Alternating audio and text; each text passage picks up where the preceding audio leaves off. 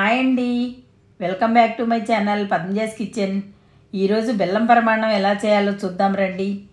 పండగలప్పుడు లేదా ఏదైనా అకేషన్స్లో చేసే ఈ పరమాన్నం పర్ఫెక్ట్గా పాలు విరిగిపోకుండా రావాలంటే ఇలా చేయండి.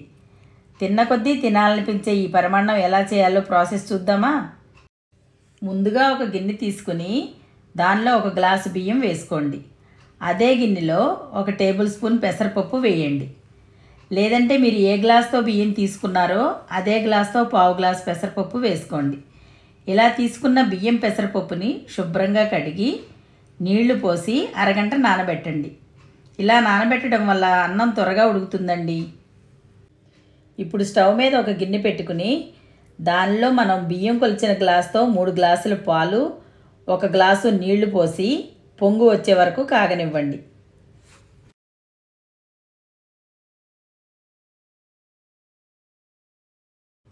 ఇలా కాగిన తర్వాత దానిలో మనం ముందుగా నానబెట్టుకున్న బియ్యాన్ని వేసి ఒకసారి పాలల్లో బియ్యం బాగా కలిసేటట్టు కలిపి మీడియం ఫ్లేమ్లో ఉడకనివ్వండి.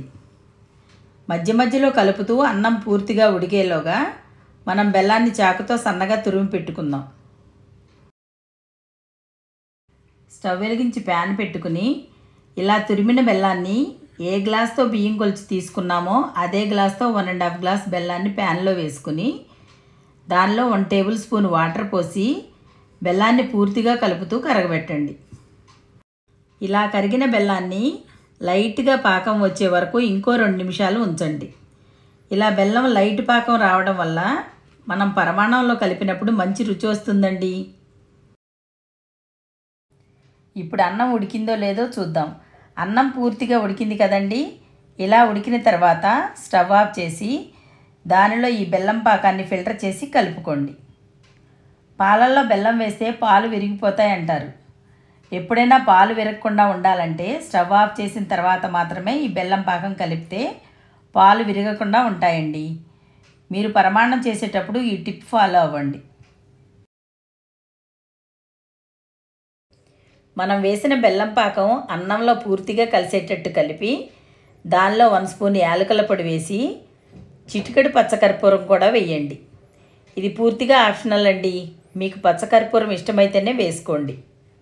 ఇప్పుడు పరమాన్నాన్ని బాగా కలిపి పక్కన పెట్టండి.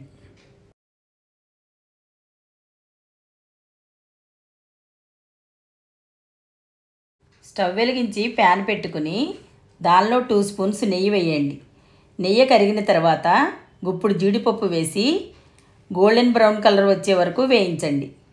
ఇలా వేగిన తర్వాత దానిలో కిస్మిస్ కూడా వేసి వేయించి దీన్ని ఉడికించిన పరమాన్నంలో కలపండి.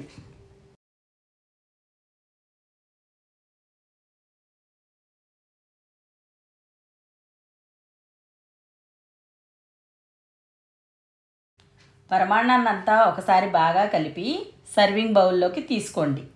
దేవునికి నైవేద్యంగా కూడా ఈ పరమాన్నాన్ని చేసి పెట్టొచ్చండి. అంతేనండి, నోరూరించే బెల్లం పరమాన్నం రెడీ అయిందండి. ఇలా చేసిన పరమాన్నంలో తినేటప్పుడు కొంచెం నెయ్యి వేసుకు తింటే రుచి చాలా బాగుంటుంది. ఈ బెల్లం పరమాన్నాన్ని ఇదే మెథడ్లో మీరు కూడా ట్రై చేసి ఎలా వచ్చిందో కామెంట్ రూపంలో తెలియజేయండి. ఛానల్ కొత్తగా చూసేవాళ్ళు సబ్స్క్రైబ్ చేసుకుని మీ ఫ్రెండ్స్కి, ఫ్యామిలీ మెంబర్స్కి షేర్ చేయండి. అలాగే మేము పెట్టే ప్రతి రెసిపీ మీకు నోటిఫికేషన్గా రావాలంటే పక్కనున్న బెల్ ఐకాన్ క్లిక్ చేసి ఆల్ అనే ఆప్షన్ సెలెక్ట్ చేసుకోండి.